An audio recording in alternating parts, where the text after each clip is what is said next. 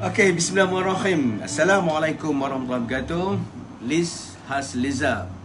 Okey, hari ini saya nak kongsikan satu topik yang saya buat research, saya membaca tentang bully. Bully, kita ada banyak kes bully.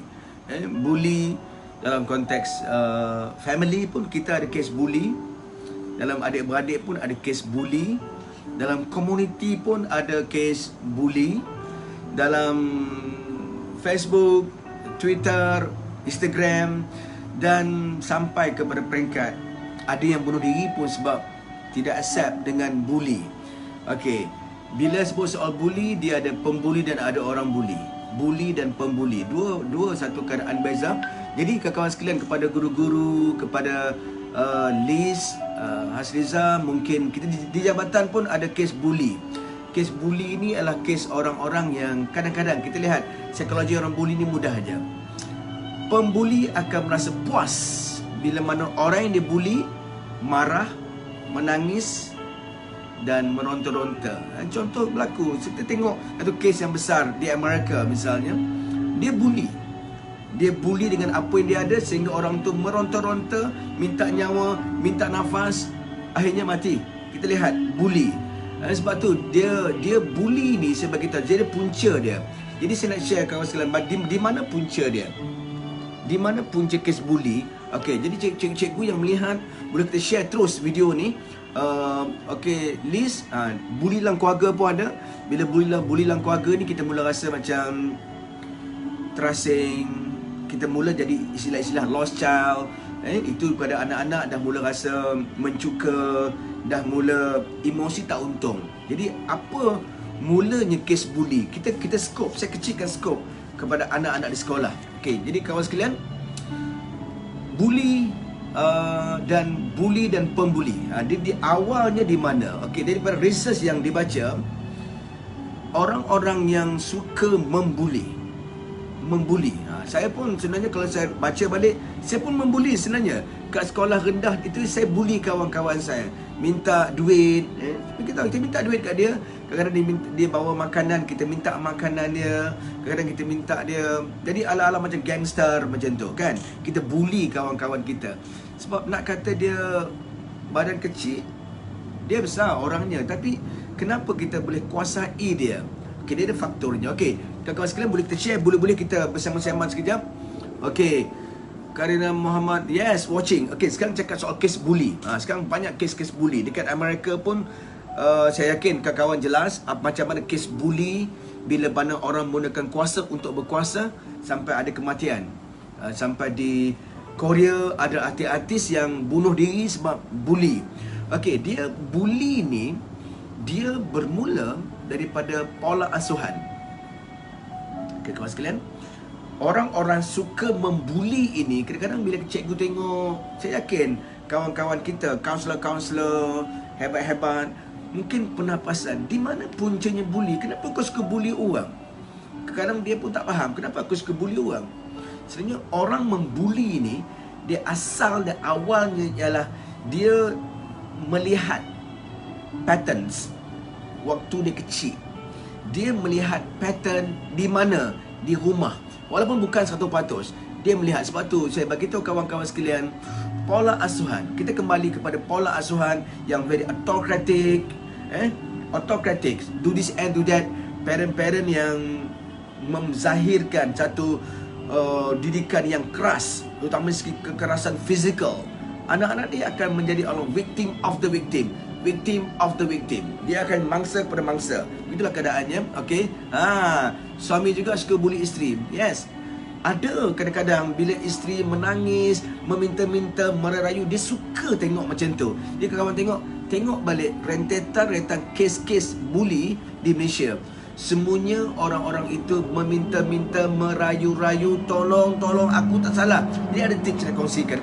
Satu, kajian dibuat oleh satu kajian Understand the Psychology of Bullies mengatakan bahawa faktor-faktor bullies.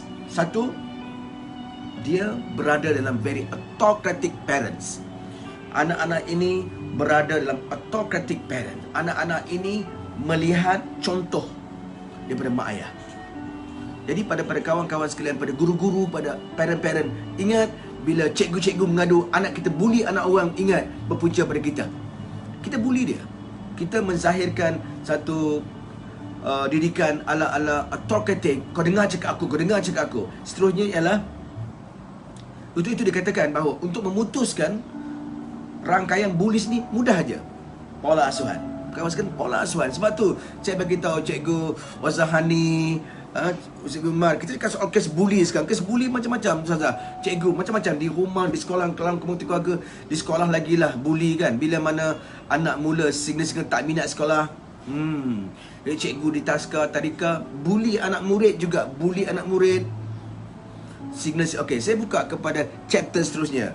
Kawan-kawan sekalian, bagaimana kes bully berlaku? Cerita dia mudah.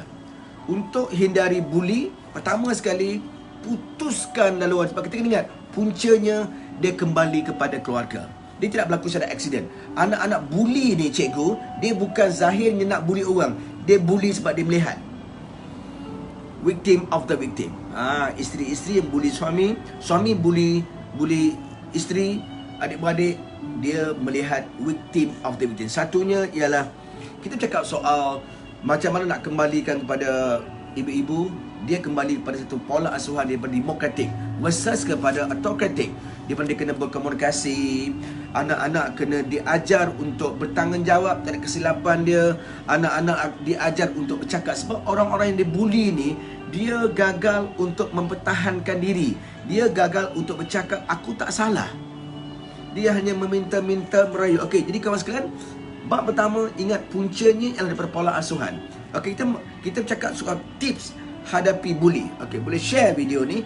Saya suka sangat dengan topik ni sebab saya rasa amat relevan dengan kita kadang-kadang dekat bukan sekadar kita nampak di sekolah, di rumah bersama. Jadi kawan sekalian, kes bully dah bully balik. Ya, cikgu. Bully balik ialah nota saya. Bully yang positif. Okey. Satu, kita nak ajar anak kita, cikgu boleh ajar anak kita satu skill bagaimana berhadapan dengan pembuli-pembuli.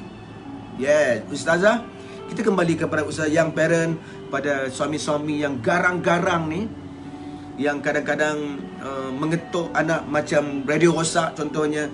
Ingat, kita punca dia. Okey, satu, tips, boleh tulis. Ustazah Hani boleh tulis tips untuk bagaimana untuk membantu anak-anak sekolah. Saya yakin Ustazah pun jelas kan, dia bukan sekolah, sebab dia macam anak saya pun sekolah agama. Kat sekolah agama pun ada. Dia tanya kepada dia, kenapa tak nak belajar asrama tu? Ada kakak-kakak senior bully. Wow, ini sekolah agama. Ini sekolah agama, asrama perempuan pula tu. Dia tidak terperangkap dengan label. Kau ustazah ke, kau ustaz ke, kau pakai kopiah ke, kau turun labuh ke, ataupun apa saja, bully datang daripada kesan psikologi. Sekalian, yes. Okey, jadi Azizan, kita melihat, okey, sekarang kes bully sekarang. Satu, kita kena, biasanya orang bully ni, saya melihat, kalau saya merujuk kepada, saya pun pernah bully orang dan saya pernah dibully. Saya dibully, saya ingat, di kampung saya, orang yang bully saya adalah nama Usup. Usup nama dia. Dia punya nakal si Usup ni. Saya nak cerita ke kawan. Saya punya takut jumpa Usup ni. Usup dia akan pau kami dan saya akan pau orang lain. Sampai tahap-tahap tu sekali lah si Usup. Ya Allah, ya Tuhanku. Usup dan Usup. Okey, satu, anak-anak bully. Okey, kita ajar dia. Okey, Cikgu Zurayas, kita mula melihat kes bully. Ni kita punya artis-artis dah masuk dah ni. Akan datang Cikgu Zoom. Okey, nak handle anak-anak baling yang bully-bully ni. Kita bagi tahu bully cikgu tak berlaku secara accident. Tiba-tiba nak bully orang. No, bukan macam tu. Okey, satu, kita kena ajar anak kita. Okey, cikgu kena buat. Okey, percaya diri. Maksudnya orang-orang yang bully ni, dia suka menyendiri. Dia ada satu psikologi anak-anak yang negatif dengan dalam sendiri. Sebab mungkin parentnya pesimis, parentnya adalah parent yang mungkin buat tak kisah pada dia. Cikgu boleh tengoklah, anak-anak yang dibuli ni biasanya akan rendah dengan esteem diri dia. Dia akan menyendiri. Untuk itu, satu, trust yourself, percaya diri. naikkan percaya diri. Yes, percaya diri. Okey, biasanya saya ulang balik, orang bully ialah orang suka bersendiri. Untuk itu jangan bersendiri. Bagi tu anak belajar, sebab cikgu tengok saya nampak dalam kes bully, subjek yang besar lah, subjek yang besar, tapi dia biasanya orang-orang yang dibuli. Satu. Yang kedua, bila dibuli. Okey, bila dibuli, sebagaimana saya beritahu tadi, pembuli akan rasa puas bila orang tu menangis, marah, dia rasa seronok, sangat-sangat seronok. Buat lagi, kau marah lagi. Apa yang berlaku di Amerika, saya rasa itulah keadaan dia.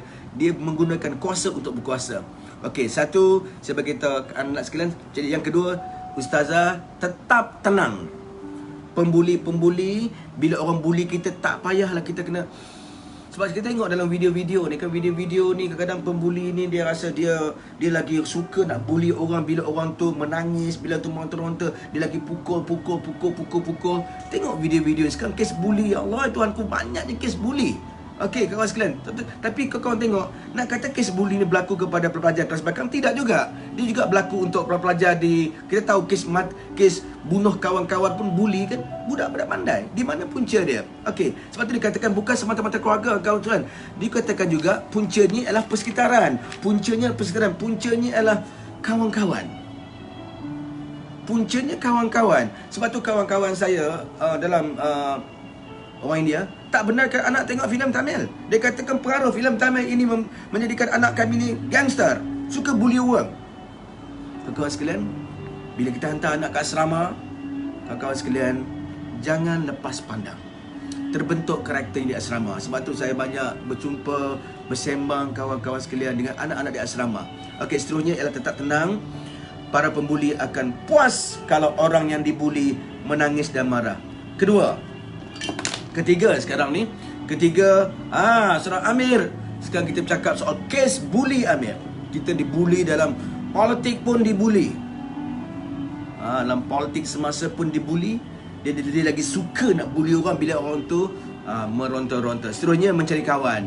Sebab sebagaimana saya kata, pembuli adalah orang yang suka menyendiri, suka duduk seorang-seorang, menyendiri. Seterusnya paling yang nombor 3, bagi tahu pada orang lain, Cikgu Mahabir, jangan duduk bersedih. Sebab kita tengok orang-orang yang dibuli ni adalah orang yang bukan soal dia badan besar, badan kecil. Orang yang bully itu juga bukan badan besar, badan kecil. Dia menggunakan kuasa untuk berkuasa. Kuasa persekitaran, kuasa kawan-kawan. Yang paling penting, the autocratic parent. Seterusnya ialah paling penting, kadang-kadang saya beritahu mak ayah, anak-anak kita ni berrahsia. Anak-anak kita berahsia. Jadi pembuli-pembuli, ceritalah pada mak ayah. Sebab tu signalnya mudah kawan-kawan. Bila anak kita balik, dia mula rasa macam tak seronok, murung, balik rumah, kunci bilik. Ini signal. Dia mula signal, dia rasa macam tak minat sekolah. Sebab saya baca sebuah buku tentang kenapa anak tak minat belajar. Satunya polis. Semua orang tulis soal bully. Kajian research adalah bully. Kawan sekalian, anak kita ini hebat, paksanya hebat, tapi kenapa dia tak minat sekolah? Sebab dia bully. Bully ni juga saya beritahu pada cikgu maha kita cakap soal bully skop yang besar. Cikgu pun bully pelajar juga. Okay, betul. Cikgu pun bully pelajar juga. Bully mungkin dalam konteks bukan fizikal. Bully mungkin konteks lain. Dia tak minat sekolah. Okey, seterusnya ialah last sekali, 5 tip. Yang satu, percaya diri. Kedua, tetap tenang. Ketiga, mencari kawan. Keempat, cerita pada orang tua. Yang kelima, lapor pada guru. Yang ni saya rasa biasanya pembuli-pembuli cakap, kau lapor pada cikgu kau kena teruk. Itulah di antara. Kau lapor pada polis kau kena. Jadi kita ditakut-takutkan. Jadi kawan sekalian, sebab tu kita perlukan PRS, mentor-mentee. Dia kena betul-betul berfungsi. Kena cari target group. Sebab orang-orang kawan-kawan kita yang murung, yang tak minat sekolah. Sebab saya yakin tak minat sekolah, selepas ini, satu kefahaman saya ialah bullies. Okey, jadi kepada mak ayah pula. Okey, mak ayah, ini tip untuk mak ayah. Okey, tadi tip untuk pelajar, ini tip untuk mak ayah kawan sekalian. Bila berhadapan anak-anak, cikgu bully pelajar, ustazah okey, Bully pelajar ni saya rasa tidak bully secara fizikal, bully dari segi number lah. Kau mungkin bully dari segi labeling, itu bully dari segi, bukan bully segi fizikal. Okey, sekarang tip untuk mak ayah. Satu, tips untuk parents, kes bully. Okey, kenali tanda-tandanya. Di antara anak-anak ni murung, dia mula menung, takut untuk ke sekolah. Saya pun takut untuk ke sekolah. Seketika takut untuk jumpa si Usop tadi. Takut, sangat-sangat takut. Takut ke sekolah. Tuan-tuan, cikgu-cikgu ramai melihat ni, berapa ramai anak-anak kita sekarang takut ke sekolah. Sebab saya yakin fitrah kemenjadian manusia tidak pernah gagal itu proses. Berapa ramai anak-anak kita mencebik muka bila nak ke sekolah. Faktornya ialah bullies. Okey, yang kedua tips mak ayah, kenal tanda. Yang kedua ialah pihak parents. Saya sendiri parents, kita kena bincang dengan sekolah lah. Bincang dengan sekolah. Saya yakin parent-parent hari ni dia kena ambil tahu, dia kena menerima dan mengakui daripada pembuli dan dibuli, ayah-ayah yang membuli, ayah yang dibuli, dan ada 3 kelompok dan sekolah kena duduk bincang bahawa kenapa benda ni berlaku. Dan saya yakin dan percaya parents kena mengakui dan menerima kita 60% punca daripada kita. Pihak sekolah-sekolah juga saya yakin dan percaya, pihak pentadbir kenal pasti rakan-rakan guru yang mungkin suka membuli secara emosi, membuli secara verbal, mungkin ada. Okey, seterusnya ialah ni nombor 3. Hadapi pembuli. Hadapi pembuli. Macam mana tu? Adakah melawan balik? Mungkin ya, mungkin tidak. Hadapi secara verbal. Kita kena belajar untuk berani untuk menyatakan tidak. Okey, kadang-kadang orang bully ni saya yakin dan percaya berasaskan kepada subjek. Dia mesti ada subjek. Sebab curi girlfriend, sebab kau curi girlfriend aku, itu yang macam kita nampak. Kau buat ni sebab dia pembuli. Orang yang dibuli tidak ada keberanian untuk bercakap balik. Sebab masa kecil, mak ayah autokratik tak benarkan anak bercakap. Dia tak benarkan anak bercakap. Jadi dia akan tidak bertanggungjawab. Jadi kita kena benarkan anak kita bertanggungjawab bercakap. Aku tak buat benda tu, aku tak buat. Yang ni kita nampak dia menung, dia menangis, dan orang buli akan terus mengasap. Seterusnya kawan sekalian, yang solution pada parent ialah paling last sekali, pindah anak sekolah. Pindah anak sekolah kalau kita rasa kondisi itu sudah tidak membantu, kondisi itu sudah tidak sebab tu kadang-kadang ada seketika jugalah kita ada anak-anak yang fikir, Abi nak tukar sekolah. Kita pun tak tahu punca, tapi mungkin faktornya ialah bully. Jadi kawan sekalian, kita banyak sembang-sembang hari ni, Mazrah. Okey, kita kongsikan soal kes bully. Okey, jadi dia ada bila soal pembuli, subjeknya besar, tapi saya skopkan kepada pelajar sekolah. Sebab sekarang ni anak kita mungkin insya-Allah akan kembali ke sekolah. Dan mungkin sekarang ni dia bila dia less ataupun kurang motivasi untuk ke sekolah, kita lihat balik signal-signalnya, mungkin dia dibuli. Teman sekalian, saya sampai di sini. Insya-Allah kita boleh share video ni, tapi saya nak buat kesimpulan awal, kesimpulan bahawa kes bully datang daripada mana? Kes bully datang daripada rumah. Kes bully datang daripada rumah. Kes bully bukan datang daripada sekolah. Kes bully datang daripada parent yang very autocratic. Anak-anak melihat victim of the victim, dia copy. Dia akan menjadikan orang lain mangsa kepada mangsa, mangsa kepada mangsa, mangsa kepada mangsa. Jadi kau jelas ya, orang-orang yang pernah terperangkap dengan didikan latihan yang amat autokratik. Mungkin suami, cuba lihat balik dalam konteks keluarga pun sama. Kadang-kadang kenapa suami bully isteri? Cek balik dia punya latar belakang pola asuhan. Kadang-kadang ada isteri yang bully suami. cek balik pola asuhan. Tidak adil kita meletakkan 100% kesilapan kepada orang yang bully tanpa kita melihat kepada punca dan prosesnya. Jadi kawan sekalian, hari ini saya yakin dan percaya kita dapat satu informasi yang jelas, amat jelas. Cikgu Mahabiah, saya yakin dan cikgu kaunselor mungkin berhadapan dengan lagi banyak kes-kes bully di sekolah yang cikgu hadap. Jadi lepas ni kita secara holistiknya, kita tidak adil kita menyalahkan orang yang bully. Kita melihat secara keseluruhan dia kembali kepada parents. Terima kasih sekalian. Kita jumpa lagi InsyaAllah pada ruang dan peluang akan datang. Saya suka sangat nak berkongsi isu-isu ada kaitan dengan parenting, motivasi pelajaran dan sebagainya. Jadi kawan sekalian, jumpa lagi. Selamat Hari Raya. Saya rasa belum terlewat. Dan stay at home. Yang pasti kita belum menang, tapi kita tidak kalah.